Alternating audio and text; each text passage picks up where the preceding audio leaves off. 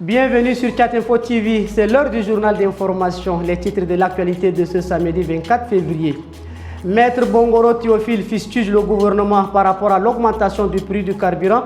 C'est lors d'un point de presse animé ce matin au siège du parti Rassemblement pour l'équité au Tchad. Les détails dans ce journal. À suivre également l'actualité en bref en compilation dans cette édition.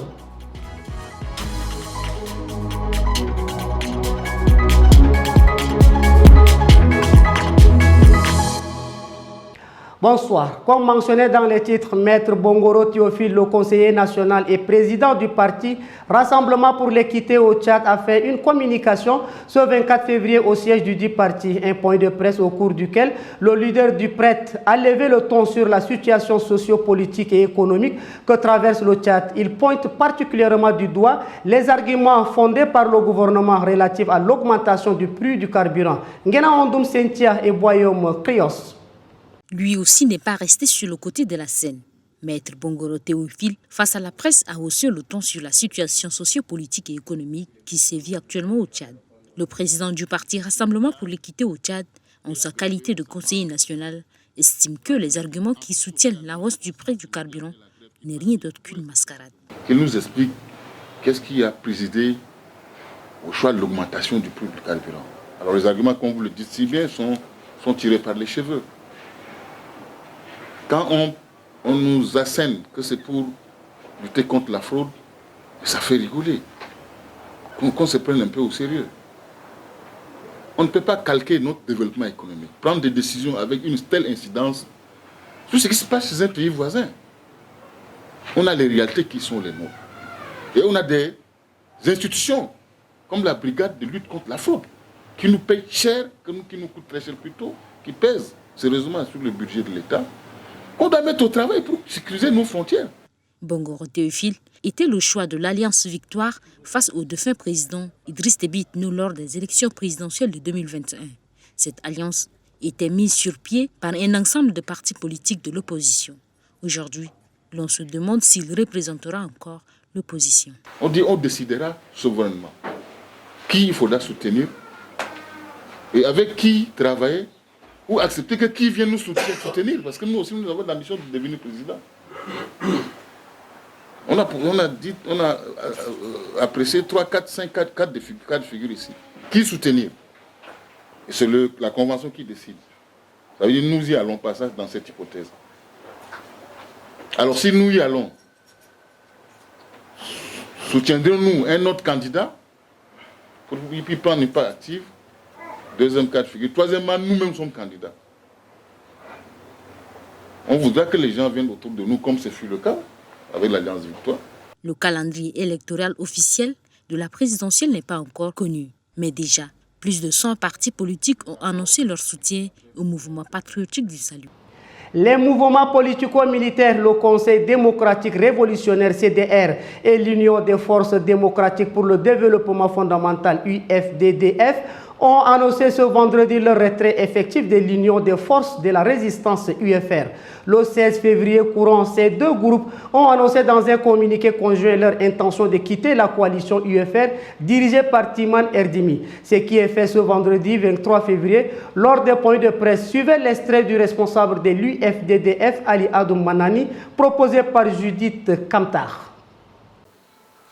Nous appelons toutes nos bases respectives de garder l'esprit de l'accord de paix de Doha, qui est un processus irréversible dont le président de la République, Mohamed Idriss Déby Itno, demeure le seul garant. Notre sortie de cette coalition vise une meilleure participation à la transition en cours dans le respect de l'accord de paix de Doha en toile de fond et de suivre inévitablement le processus de DDR en phase de préparation avec l'appui des agences spécialisées des Nations Unies. Ce samedi 24 février, un centre de santé a été inauguré au village Ambonguna dans la sous-préfecture de Lignan. Cet événement marque une étape cruciale dans l'amélioration des services de santé disponibles pour la communauté locale. Sabon Naïndéam et Rassom Mordim Laïla. C'est désormais dans ce bâtiment moderne, flanqué d'un château d'eau, symbole de progrès et de durabilité que la population du village Ambugona va pouvoir se soigner. Dans ce nouveau centre de santé, on peut y trouver une pharmacie, une salle d'accouchement et un laboratoire. Le tout bien équipé de matériel médicaux et alimenté par un système d'énergie solaire. Dr Honoré Dembayo est le délégué sanitaire du Charibagarmi. Que nous, techniciens de la santé, on serait à côté de ce centre de santé pour améliorer les qualités de services, pour que toute personne qui vient solliciter les services soit satisfaite et que nous sommes aussi à mesure de mobiliser suffisamment de ressources, les ressources humaines, parce que vous voyez que c'est un bâtiment comme ça, mais on a déjà préparé un responsable qui va rester là. Dans 3 jours, il va venir rester. Et donc, c'est pour vous dire que là où l'État doit faire quelque chose et que la population fait à la place de l'État, il y a lieu très vite d'accompagner la population à ce que les besoins soient satisfaits. Les commodités ne sont pas en reste, avec des toilettes bien entretenues pour des hommes et femmes, ainsi qu'un hangar servant de salle d'attente. Cet espace permettra aux patients et à leurs proches de patienter tout en attendant leur tour pour les consultations. L'inauguration de ce centre de santé dans le village Ambugona, à une trentaine de kilomètres de Djamena, représente bien plus qu'un simple événement. Initiative du natif du village Ambugona, feu ministre Baba Hassan, avec l'appui du gouvernement turc. Ce centre de santé va accueillir la population de 18 villages, soit environ 10 000 âmes. L'actualité en bref de ce samedi est une compilation des informations essentielles que vous propose la rédaction de Tchad Info TV. Suivez. Ouvrons l'actualité en bref par cette information. Ce samedi 24 février, le cercle de réflexion et d'action en groupe des jeunes cadres du parti Les Transformateurs a organisé une opération de nettoyage à l'hôpital de l'Union situé dans le 7e arrondissement de N'Djamena. Cette initiative citoyenne vise à améliorer les conditions d'hygiène dans cette structure de santé qui accueille bon nombre de patients. En vue de renforcer la production d'électricité dans la capitale, le directeur général de la SNE, le général Ramadaner Debout, a réceptionné une deuxième vague de groupes électrogènes d'une capacité de production de 10 MW. C'était dans la nuit du 23 février à l'aéroport international Hassan Diamous de N'Djamena. Pour clore cette actualité en bref, dans la perspective de mieux cerner les avancées du Maroc dans le domaine de la santé, la délégation tchadienne en mission d'exploration a visité successivement vendredi 23 février le Centre international Mohamed IV de la simulation en sciences de la santé, l'Université Mohamed IV des sciences et de la santé et son hôpital et ses services de trauma center, les urgences, la rééducation et la radiologie. Dans toutes ces institutions visitées, la délégation a bénéficié des explications précises concernant la gestion, la conduite des activités, le management et particulièrement l'engagement, l'innovation et la conviction qui ont permis aux spécialistes marocains d'enregistrer les avancées notables dans le domaine de la santé. L'augmentation des prix du carburant commence par avoir des impacts sur les secteurs d'activité. Pour faire moudre un coro de maïs au moulin, il faut débourser 150 francs au lieu de 100 francs. Cette augmentation arrange-t-elle la population? Suivez les réponses dans le reportage de Boya Julia et Ralombaye Bonaventure. Comme toujours, le moulin de Mahamad Dida tourne en plein régime. Et on pouvait croire que l'augmentation du prix du gasoil à la pompe n'a pas joué sur ses affaires. Avant, un courant on le fait moudre à 100 francs et l'essence était à 650 francs le litre. On est passé à 700 francs le litre, ensuite à 830 francs. Nous sommes obligés aussi de grimper le prix. Le gasoil se vendait à 700 francs CFA depuis le 13 février. Ce liquide précieux se vend aujourd'hui à 800 francs CFA à la pompe. Une augmentation de 128 francs CFA que supporte la ménagère. Avant, je faisais moudre mes céréales à 75 et 100 francs. Maintenant, le prix est revu en hausse à 150. C'est devenu très cher et on ne sait quoi faire. Depuis le 13 février, le gouvernement a rendu public les nouveaux prix du carburant à la pompe. Un tableau tarifaire vivement contesté par des Tchadiens. Le directeur général de la mission régionale de l'Organisation de la coopération islamique OCI et le chef de projet du Fonds de la solidarité islamique ont, le 23 février, effectué une mission dans la province du Lac. L'objectif, inaugurer 2 forages à motrice humaine et voir dans quelle mesure l'OCI et son organe peuvent voler au secours des couches vulnérables. Suivez le reportage d'Endale Paul et Aliou Badara Tiam. C'est au village Amzolata que le premier forage a été inauguré. Les adultes et les enfants sont sortis pour témoigner leur reconnaissance à l'OCI. Occasion aussi pour eux d'exprimer d'autres doléances. Adam Adami Saleh est le chef du village d'Amzolata.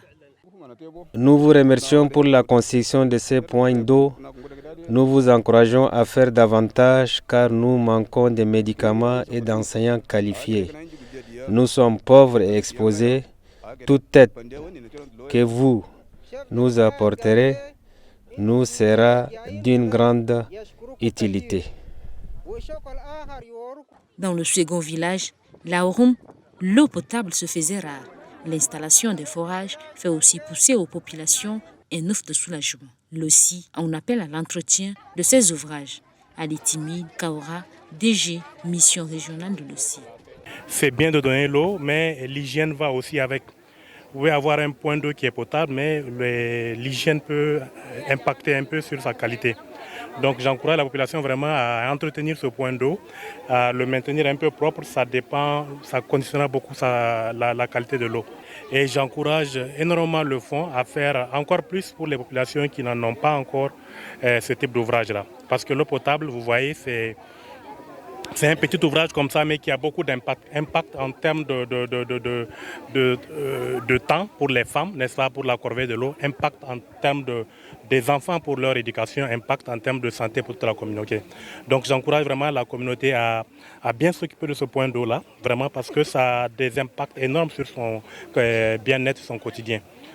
Comme à Amzolata, les difficultés que vivent les populations sont les mêmes à Laorum. Les représentants de l'OCI disent avoir pris bonne note. Fidèle à son cahier de charges de rechercher des partenaires pour le développement de la filière bétail-viande au Tchad, la société Laham Tchad vient d'avoir un nouveau partenaire pour l'exploitation du complexe industriel des abattoirs du Logon. Cette société prendra les choses en main début avril 2024. Plus de détails dans ce reportage. Presque une année après la mise en service du complexe industriel des abattoirs du Logon, la société Laham Tchad a pu trouver un investisseur pour exploiter le complexe frigorifique. Pan African Meat Company, c'est le nom du partenaire qui est un groupe basé à Dubaï avec des filiales dans divers pays africains et ainsi que dans les pays du Golfe. Cette collaboration fait suite aux démarches entreprises par Laham visant à attirer des nouveaux investisseurs au Tchad dans divers domaines pour le développement des zones économiques spéciales qui seront implantées dans cette province du pays. C'est le dernier conseil d'administration de Laham Tchad qui a approuvé ce partenariat bénéfique pour le Tchad et les acteurs du monde pastoral. À partir du mois d'avril, ça sera désormais PAMCO qui va gérer le complexe industriel des abattoirs du Logon situé à Ngara à la sortie sud de la ville de Moundou. Selon des sources proches du dossier, ce transfert ne concerne que la production et l'exportation de la viande. Cependant, les installations du SIAL demeureront sous le contrôle de Laham Tchad, détenu à 65% par Arise et 35% par l'État tchadien. En ce qui concerne le personnel, il sera à la charge de PAMCO qui mettra en place sa propre gestion des ressources humaines. Ce partenariat permettra à Laham Tchad de se concentrer sur son cœur de métier et son objectif principal, à savoir le développement d'infrastructures économiques telles que la zone industrielle de SAR et la zone industrielle du Logon, ainsi que la recherche et l'attraction d'investisseurs dans l'industrie tchadienne. Chers téléspectateurs, c'est tout pour cette édition d'information. Merci de votre fidélité et bonne suite de programme sur Tchad Info TV.